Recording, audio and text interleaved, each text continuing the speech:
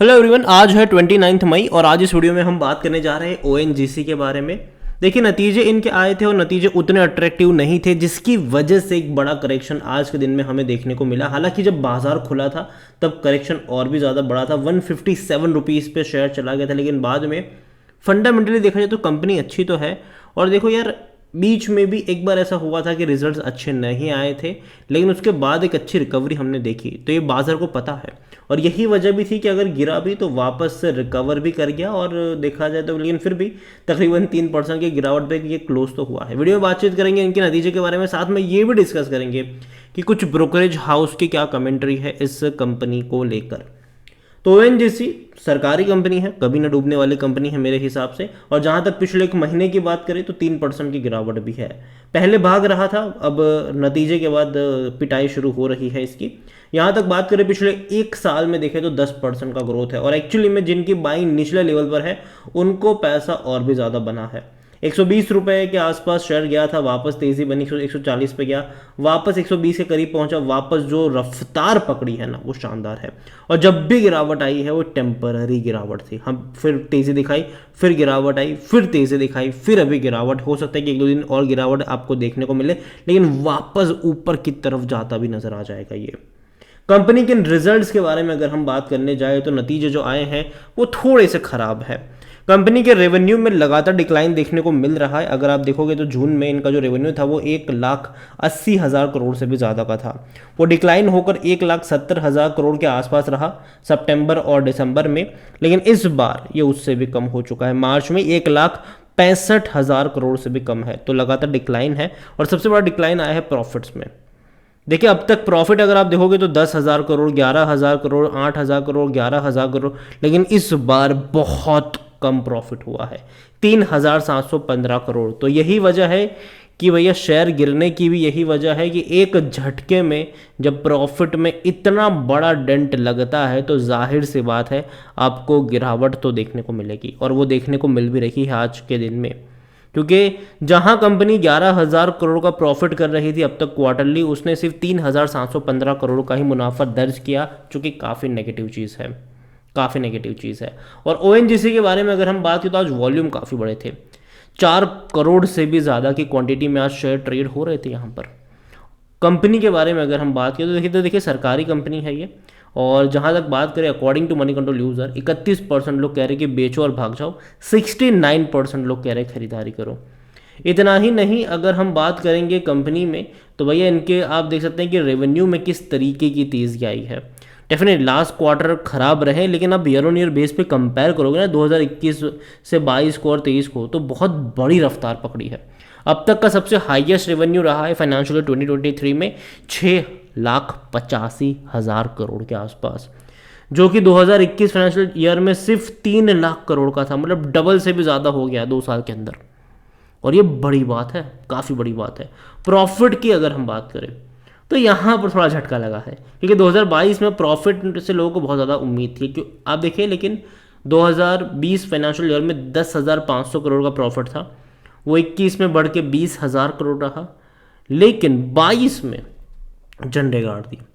अब तक का सबसे हाईएस्ट प्रॉफिट था इनका 47,830 करोड़। लेकिन बाद में डिक्लाइन आया इस बार। 2023 फाइनेंशियल ईयर में 32,745 करोड़ में प्रॉफिट सिमटा। देखा जाए तो वो एक्चुअली में इससे पहले के साल के मुकाबले तो अच्छा ही है, मतलब, लेकिन पिछले साल के मुकाबले काफ़ी ख़राब कह सकते हो। और जो गिरावट आई है मेरे हिसाब से वो एक टेम्पररी गिरावट है।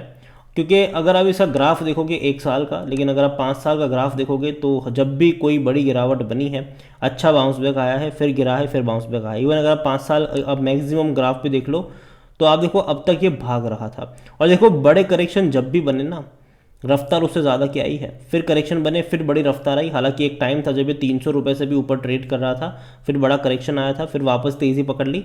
अब वापस कोविड के टाइम पे बहुत बड़ी गिरावट है, लेकिन अब वापस तेज़ी पकड़ी है। और डेफिनेटली ये ऊपर की तरफ जाता आपको नज़र आ सकता है। हालांकि एक रेजिस्टेंस ज़रूर यहाँ पर बैठा है ऊपर की तरफ, वहाँ से ये गिरता भी है हर बार। लेकिन मुझे लगता है कि यहाँ से अगर थोड़ा बहुत करेक्शन दिखाता है और नीचे के लेवल पर अगर ये आपको मिलता है 135 से 145 के रेंज में, तो मुझे लगता है कि ओएनजीसी में मौका बन सकता है बाइंग का। हालांकि अभी अगर हम कुछ ब्रोकरेज हाउसेस की कमेंट्री देखें तो मोतीलाल ओसवाल की यहाँ पर बाय रेटिंग है, 165 रुपीज़ का टारगेट है। ICICI सिक्योरिटीज़ की भी बाय रेटिंग है, 164 रुपीज़ का टारगेट उनकी तरफ से देखने को मिल रहा है। कंपनी में अगर आप देखोगे तो जो इसका पी रेशियो है वो काफ़ी कम है, 4.87 का है। सेक्टर पी 16 का है, कम कह सकते हो आप इसको, सस्ता कह सकते हो आप इसको। 76% एनालिस्ट कहते हैं खरीदारी करो। और जहाँ तक बात करी जाए होल्डिंग को लेकर, शेयर होल्डिंग की अगर हम बात करें तो प्रमोटर के पास 58.89% की होल्डिंग है। प्रमोटर कौन है? गवर्नमेंट है, सरकारी कंपनी है ये। इसके अलावा बड़े बड़े फंड हाउस बड़ी क्वांटिटी लेकर बैठे हैं, 8.73% की इनके पास है। Mutual funds 11.15%, domestic institution 7.97%, FIIs. Retail के पास बहुत कम है, सिर्फ 2.42% की होल्डिंग ही है रिटेल इन्वेस्टर के पास। बाकी की जो 10.82% है वो भी अदर पार्टीज़ के पास है। तो देखा जाए तो जो लूज एंड्स है वो बहुत कम है, यहाँ पर बहुत कम क्वांटिटी में है। तो लोग खरीदारी करने के लिए तत्पर रहेंगे जब भी शेयर में गिरावट आएगी। और आप देख सकते हैं कि कोई उतना बड़ा करेक्शन अभी बना नहीं है, बल्कि ये भाग रहा है ऊपर की तरफ। डेफिनेटली अच्छे परफॉर्मेंस कहूँगा मैं इसको। हालांकि एक बड़ा डेंट लगा ज़रूर था, लेकिन डेफिनेटली भागने के लिए तैयार है। और देखो बीच बीच में ऐसे झटके लगेंगे, तो अभी ये जो गिरावट है मेरे हिसाब से कोई उतनी बड़ी बात नहीं है। लेकिन अगर ये गिर कर ये आपको मिलता है 135 से 145 के बीच में, तो मुझे लगता है कि खरीदारी के एक अच्छे मौके जो है वो वहाँ पर आपको मिल सकते हैं।